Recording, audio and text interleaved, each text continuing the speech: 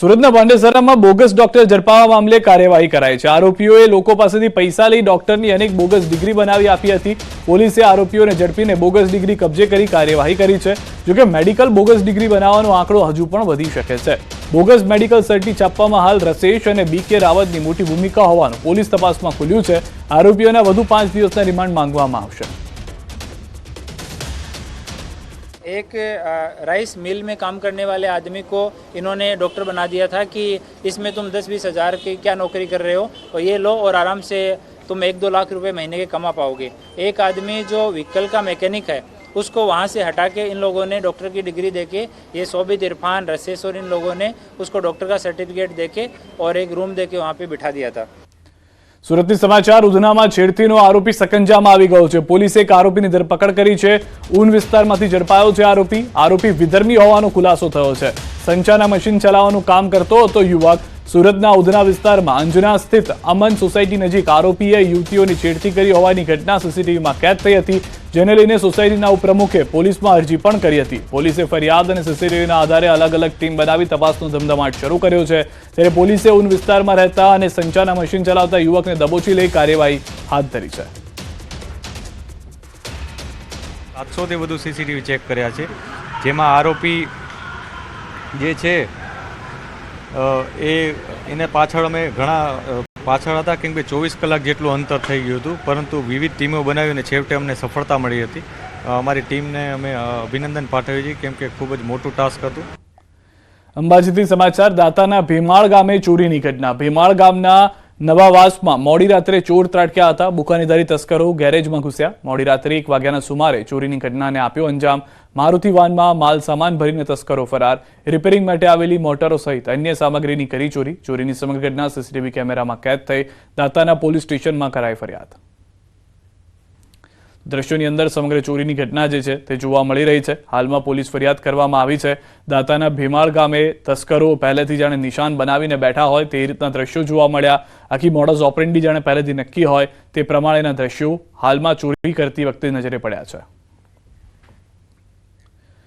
ગીર સોમનાથની સમાચાર તાલાલા ગીરમાં ખાનગી પાર્ટી પ્લોટમાં લગ્ન પ્રસંગમાં ચોરી કરનાર આરોપીને પોલીસે ઝડપી લીધો છે। લગ્ન પ્રસંગે પાર્ટી પ્લોટમાં રૂમમાં ઘૂસી સોનાનો હાર સહિત દાગીના તેમજ રોકડ સહિતની ચોરી કરી હતી। પોલીસે 3 લાખના મુદ્દામાલ સાથે અશોક સોલંકીને ઝડપી કાયદેસરની કાર્યવાહી હાથ ધરી। અંકલેશ્વરના બાકરોલ નજીક અકસ્માત થયો છે। અકસ્માતમાં 2 લોકોના મોત થયા છે। મારુતિ વાહન ઝાડ સાથે અથડાતા અકસ્માત થયો છે। સ્ટીયરિંગ પરથી કાબુ ગુમાવતા થયો છે અકસ્માત। હાલમાં અકસ્માતને લઈને વધુ જાણકારી પ્રાપ્ત કરવામાં આવી રહી છે। સ્થાનિક પોલીસની ટીમ ત્યાં આગળ ઉપસ્થિત છે। હાલમાં 2 લોકોના મોતની પણ જાણકારી મળી રહી છે। અકસ્માત કેવી રીતે થયો તે તમામ મુદ્દાને લઈને તપાસ કરવામાં આવશે।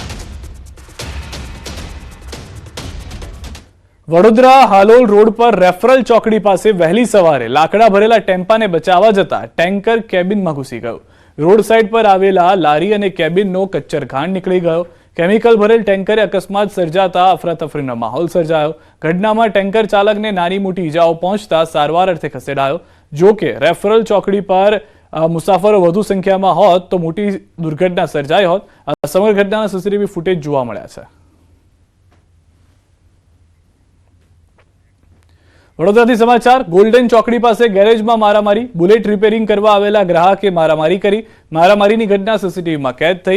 કયા પાર્ટ્સ બદલ્યા, આટલો બધો ખર્ચ ન થાય, હું પૈસા નહીં આપું તેમ કહી માર માર્યો। ફરિયાદ કરીશ અથવા તો વારસિયામાં દેખાઈશ તો મારી નાખવાની પણ ધમકી આપી। ભોગ બનનારે આરોપીઓ વિરુદ્ધ ગુનો નોંધવા સીપીને અરજી કરી।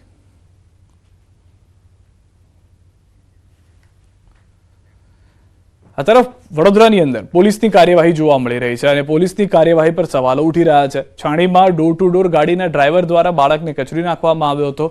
જોકે બાળકને કચરી નાખનાર ડ્રાઈવર ગણતરીની કલાકોમાં છૂટી ગયો। પોલીસ જાણે કે કોન્ટ્રાક્ટરના ઘૂંટણીએ પડી ગઈ હોય એમ ગણતરીની કલાકોમાં જ ડ્રાઈવરનો છુટકારો થઈ ગયો। ડ્રાઈવર પાસે લાયસન્સ નહોતું છતાં પોલીસે નોંધ ન લીધી। બેજવાબદાર કોન્ટ્રાક્ટર સામે પણ પોલીસે કોઈ જ કાર્યવાહી ન કરી। વગર લાયસન્સે કેટલા ડ્રાઈવર ચલાવે છે ગાડી તેની પણ વિગતો પોલીસને ન મળી। છાણી પોલીસની કામગીરી સામે હાલમાં સવાલો ઉઠી રહ્યા છે। ભાવનગર જિલ્લામાં ફરી એક વખત ભ્રષ્ટાચારનું ભૂત ધૂણ્યું છે. વલભીપુરના તોતિયાણા ગામે પાણી પુરવઠા વિભાગની યોજનામાં ભ્રષ્ટાચાર થયો હોવાનો વિડીયો વાયરલ થતા ખળભળાટ મચી ગયો છે. મહત્વનું છે કે ઉમરાળાની પેટા કચેરી વિભાગ હસ્તક વર્ષ 2023માં 50 કરોડ રૂપિયાના ખર્ચે વિવિધ પાણી પુરવઠાના વિકાસલક્ષી કામોનું ખાતમુહૂર્ત થયું હતું.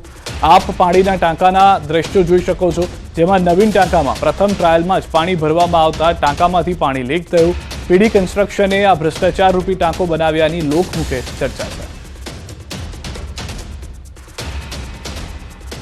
વડોદરા મહાનગરપાલિકામાં ચાલી રહેલા અણધડ વહીવટનો વધુ એક નમૂનો જોવા મળ્યો છે. સમા વિસ્તારમાં બ્રિજનું કામ શરૂ થઈ ગયા પછી પાલિકાને ખબર પડી કે કામ ઉતાવળે શરૂ કરી દેવાયું છે. બ્રિજની ડિઝાઇન તો અધૂરી છે.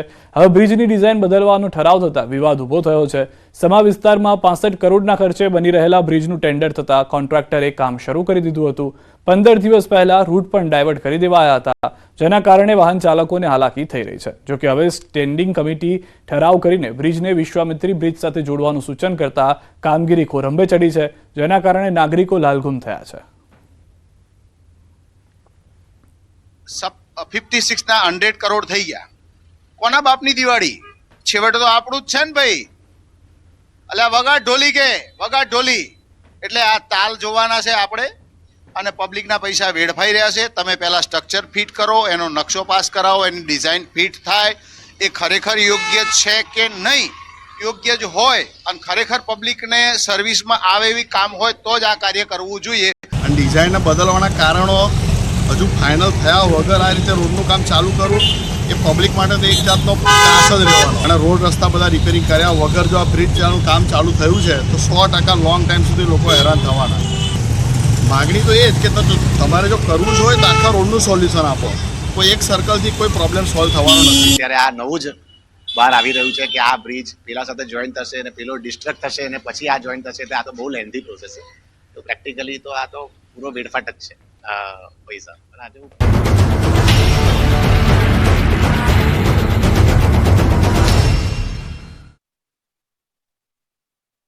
વિશાલ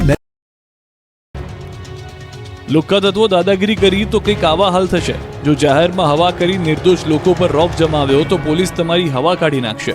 બે હાથ જોડી લોકોની માફી માંગતા ગુંડાઓના દ્રશ્યો છે વડોદરાના. આ એ જ લુક્કાઓ છે જેમણે થોડા દિવસ પહેલા વડોદરાના પાણીગેટ મુખ્ય રોડ પર હથિયારો સાથે હુમલો કર્યો. આરોપીઓએ હિતેશ કહાર પર હથિયારો વડે જીવલેણ હુમલો કર્યો, પણ પોલીસે આરોપીઓને પકડી બરાબરની સરભરા કરી. જે હાથમાં હથિયાર હતા તે જ હાથથી હવે માફી માંગવી પડી.